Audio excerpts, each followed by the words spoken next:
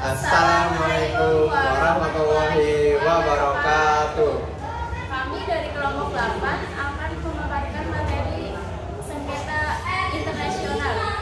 Saya Amelia Dewi dengan NIM 2383120148. Saya Irfan Kesonto dengan NIM 2383120136. Dan saya Nabil Suliha dengan NIM 2383120146. Saya Amelia Rizka Dewi akan menjelaskan tentang jenis penyelesaian sengketa internasional. Sebelum saya menjelaskan materi tersebut, saya akan menjelaskan terlebih dahulu tentang sengketa internasional. Yang dimaksud dengan sengketa internasional adalah sengketa yang timbul atau terjadi di antara negara dengan negara, negara dengan subjek hukum lain, dan negara dengan subjek hukum bukan negara satu sama lain. Kemudian jenis penyelesaian sengketa internasional. Jenis penyelesaian sengketa dapat digolongkan dalam dua kategori, yaitu pertama penyelesaian sengketa secara damai, dan yang kedua penyelesaian sengketa secara paksa atau kekerasan. Dalam penyelesaian sengketa secara damai ada beberapa metode yang dapat digunakan, yaitu metode yang pertama adalah metode diplomatik. Penyelesaian sengketa melalui metode diplomatik dapat ditempuh dengan beberapa cara. Yang pertama, negosiasi, yaitu pertukaran pandang antara kedua belah pihak untuk menyelesaikan suatu persengketaan. Yang kedua, mencari fakta atau inquiry, yaitu mencari fakta atau bukti yang dilakukan oleh pihak ketiga yang bersifat internasional. Selanjutnya ada mediasi, yaitu suatu cara penyelesaian melalui orang ketiga atau pihak ketiga sebagai pihak yang netral, berupa mendamaikan para pihak dengan memberikan berupa saran untuk menyelesaikan sengketa. Yang keempat ada konsiliasi, yaitu cara penyelesaian sengketa oleh pihak ketiga atau oleh suatu komisali yang dibentuk oleh para pihak. Kemudian metode hukum. Penyelesaian sengketa melalui metode hukum dapat ditempuh dengan cara pertama, arbitrase. Arbitrase adalah penyelesaian sengketa secara sukarela kepada pihak ketiga yang netral, serta keputusannya bersifat final dan mengikat. Kemudian ada pengadilan internasional.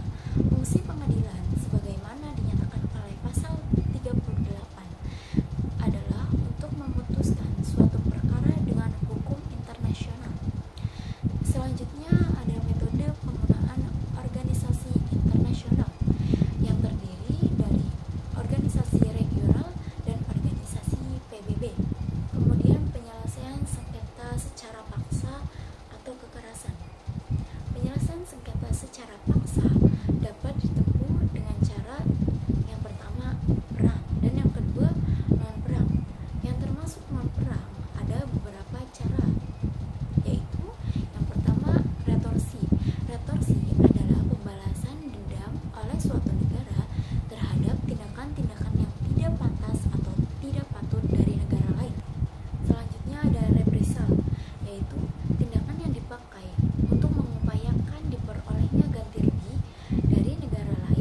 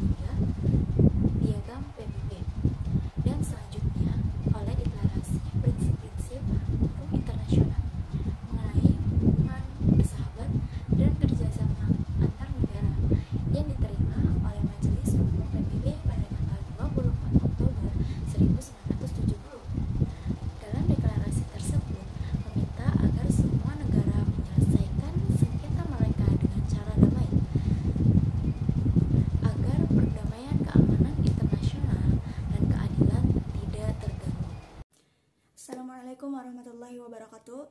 Akan nama Syaimah Nabila Solihah dengan NIM 2383120146. Saya di sini sebagai pemateri kedua ingin menjelaskan apa itu ICJ atau International Court of Justice atau Mahkamah Internasional. ICJ adalah singkatan dari International Court of Justice atau Mahkamah Internasional untuk Kehakiman. ICJ adalah lembaga pengadilan internasional yang berfungsi untuk menyelesaikan sengketa hukum internasional antara negara-negara. ICJ didirikan pada tahun 1945 dan berkantor pusat di Den Haag, Belanda. Tugas utama ICJ adalah yang pertama menyelesaikan sengketa hukum internasional antara negara-negara, yang kedua memberikan pendapat hukum kepada organisasi internasional dan badan-badan lainnya. ICJ juga berperan penting dalam menjaga perdamaian dan keamanan internasional dengan menyelesaikan sengketa hukum internasional secara damai dan berdasarkan hukum internasional. ICJ juga memiliki ketentuan prosedural dalam kegiatan ICJ. Mengenai isi ketentuan-ketentuan tersebut, prosedural dicatat bahwa jalannya proses di muka ICJ mempunyai banyak kesamaan dengan yurisdiksi inter suatu negara, yaitu yang pertama, tertulis dan perdebatan lisan diatur sebagai rupa untuk menjamin sepenuhnya masing-masing pihak mengemukakan pendapatnya. Yang kedua itu sidang-sidang ICJ terbuka untuk umum, sedangkan sidang-sidang arbitrase tertutup. Tentu saja para hakim ICJ diadakan dalam sidang tertutup. ICJ juga memiliki yurisdiksi dalam dua jenis kasus, yaitu yang pertama kasus sengketa yang menghasilkan putusan yang mengikat antara negara-negara menjadi pihak yang sebelumnya telah sepakat untuk tunduk kepada putusan pengadilan. Yang kedua itu untuk mengeluarkan pendapat atau nasihat, menyediakan alasan-alasan atau jawaban-jawaban hukum sesuai pertanyaan yang internasional tetapi tidak mengikat. ICJ juga memiliki fungsi konsultatif, yaitu memberikan pendapat yang tidak mengikat terhadap suatu pertanyaan hukum oleh badan yang diakui Piagam PBB sebagai badan yang memiliki wewenang untuk mengajukan pertanyaan kepada ICJ. Sudah jelas bahwa terdapat perbedaan antara fungsi penyelesaian sengketa dan fungsi konsultatif dari ICJ. Dalam melaksanakan fungsi penyelesaian sengketa, keputusan ICJ merupakan keputusan hukum yang mengikat pihak-pihak yang bersengketa, sedangkan pendapat-pendapat yang dikeluarkan oleh ICJ merupakan putusan hukum yang memiliki kekuatan mengikat apalagi melaksanakan pendapat tersebut tidak dilaksanakan. Yang dikeluarkan oleh ICJ hanya suatu pendapat, nasihat, dan bukan suatu keputusan. Menurut pasal 96 ayat 1 Piagam PBB, Majelis Hukum dan Dewan Keamanan PBB dapat meminta advisory opinion mengenai masalah hukum ke ICJ. Yang selanjutnya itu proses persidangan di dalam ICJ atau International Court of Justice. Yang pertama itu dalam persidangan ICJ itu pengajuan perkara. Jadi suatu negara itu dapat mengajukan perkara ke ICJ dengan mengajukan permohonan tertulis. Yang kedua itu pemeriksaan awal. Jadi ICJ ini memeriksa apakah perkara tersebut berada dalam yurisdiksi dan kompetensi ICJ. Terus yang ketiga itu pengajuan jawaban. Jadi negara yang digugat dapat mengajukan jawaban tertulis atas permohonannya. Terus yang keempat ini pengajuan bukti. Dari kedua belah pihak ini dapat mengajukan bukti dan argumen untuk mendukung kasus mereka ini. Yang kelima ini sidang. Jadi ICJ mengadakan sidang untuk mendengarkan argumen dan bukti dari kedua belah pihak. Yang keenam ini putusan. ICJ membuat putusan berdasarkan hukum internasional dan argumen yang disajikan. Yang selanjutnya yang ketujuh itu pengajuan banding. Jadi ICJ ini tidak ada banding terhadap putusan ICJ, namun ICJ dapat menafsirkan bahwa putusan ini tidak ada kejelasan. Terus yang ke-8 itu pelaksanaan keputusan. Keputusan ICJ bersifat mengikat dan harus dilaksanakan oleh negara-negara yang terlibat. Nah, jadi proses persidangan ICJ ini dirancang untuk memastikan bahwa sengketa hukum internasional ini diselesaikan secara adil dan berdasarkan hukum internasional. Yang selanjutnya itu dasar hukum ICJ. Dasar hukum ICJ ini berlandaskan pada yang pertama itu Piagam PBB. ICJ ini didasarkan pada Piagam Perserikatan Bangsa-Bangsa atau PBB yang ditandatangani pada tahun 1945. Yang kedua itu Statuta ICJ. Jadi Statuta ICJ ini adalah instrumen hukum yang mengatur struktur, fungsi, dan prosedur ICJ. Yang ketiga itu hukum internasional. IJJ ini menerapkan hukum internasional dalam menyelesaikan sengketa antara negara-negara, termasuk perjanjian internasional, adat internasional, prinsip-prinsip umum hukum, dan putusan-putusan pengadilan internasional sebelumnya. Dasar hukum ini memberikan landasan bagi IJJ untuk menjalankan fungsi sebagai lembaga pengadilan internasional yang independen dan imparsial. Perkenalkan, nama saya Irfan Kuswanto dengan NIM 2383120136. Di sini saya akan menjelaskan definisi arbitrase. Arbitrase berasal dari kata arbitare yang berarti kekuasaan untuk menyelesaikan perkara menurut kebijaksanaan. Beberapa ahli telah menyatakan pendapatnya tentang arbitrase ini.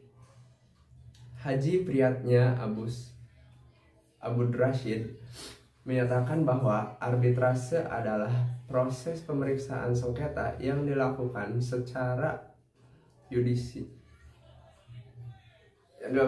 yudisial oleh pihak yang bersengketa, yang pemecahannya akan didasarkan kepada bukti yang diajukan oleh para pihak. HMN Purwosejipto menggunakan istilah perwasitan atau arbitrase yang dapat diartikan sebagai suatu peradilan perdamaian di mana pihak-pihak bersengketa agar perselisihan tentang hak pribadi yang dapat mereka kuasai sepenuhnya diperiksa dan diadili oleh hakim yang tidak memihak dan putusan yang mengikat bagi kedua belah pihak. Kesan tersebut keliru karena arbiter atau majelis tersebut juga menerapkan hukum seperti apa yang dilakukan oleh hakim atau pengadilan. Berdasarkan Undang-Undang Nomor 30 Tahun 1999, arbitrase adalah cara penyelesaian suatu sengketa perdata di luar peradilan umum yang didasarkan pada perjanjian arbitrase yang dibuat secara tertulis oleh para pihak yang bersengketa. Arbitrase bersifat sukarela dan didasarkan pada kesepakatan para pihak yang mungkin tertuang dalam kontrak atau perjanjian terpisah. Arbitrase melibatkan pihak-pihak swasta atau individu yang disebut arbitor. Arbitor ini bertindak sebagai hakim yang akan mendengarkan argumen dari pihak-pihak yang bersengketa dan mengeluarkan keputusan. Dasar hukum arbitrase di Indonesia awalnya harus melihat kepada pasal 2 aturan peralihan dalam Undang-Undang Dasar 1945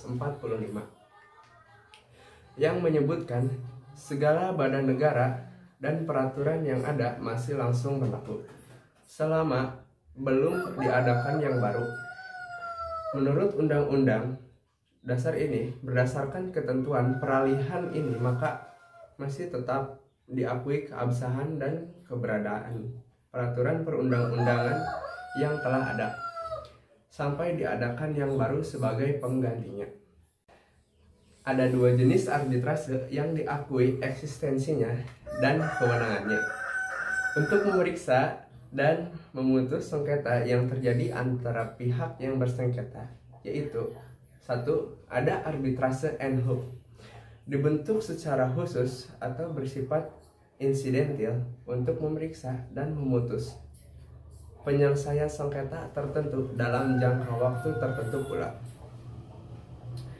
Setelah memutus sengketa, berakhir pula arbitrase en hoc ini. Pembentukan arbitrase en hoc dilakukan setelah sengketa terjadi. Yang kedua, itu ada arbitrase institusional.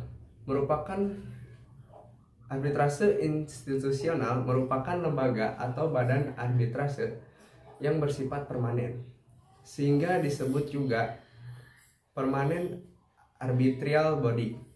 Maksudnya yaitu selain dikelola dan diorganisasikan secara tetap, Keberadaannya juga terus-menerus untuk jangka waktu yang tidak terbatas. Ada sengketa atau tidak, lembaga tersebut tetap berdiri dan tidak akan bubar. Bahkan setelah sengketa yang ditanganinya telah selesai diputus. Sekalipun tujuan arbitrase ini didirikan dalam rangka menyediakan sarana penyelesaian sengketa alternatif di luar peradilan, arbitrase institusional pada umumnya dipilih oleh para pihak sebelum sengketa terjadi, yang dituangkan dalam perjanjian arbitrase. Sekian penjelasan mengenai definisi arbitrase, selebihnya akan dikembalikan kepada moderator. Sekian materi dari kelompok 8, kurang lebihnya mohon maaf. Wassalamualaikum warahmatullahi wabarakatuh.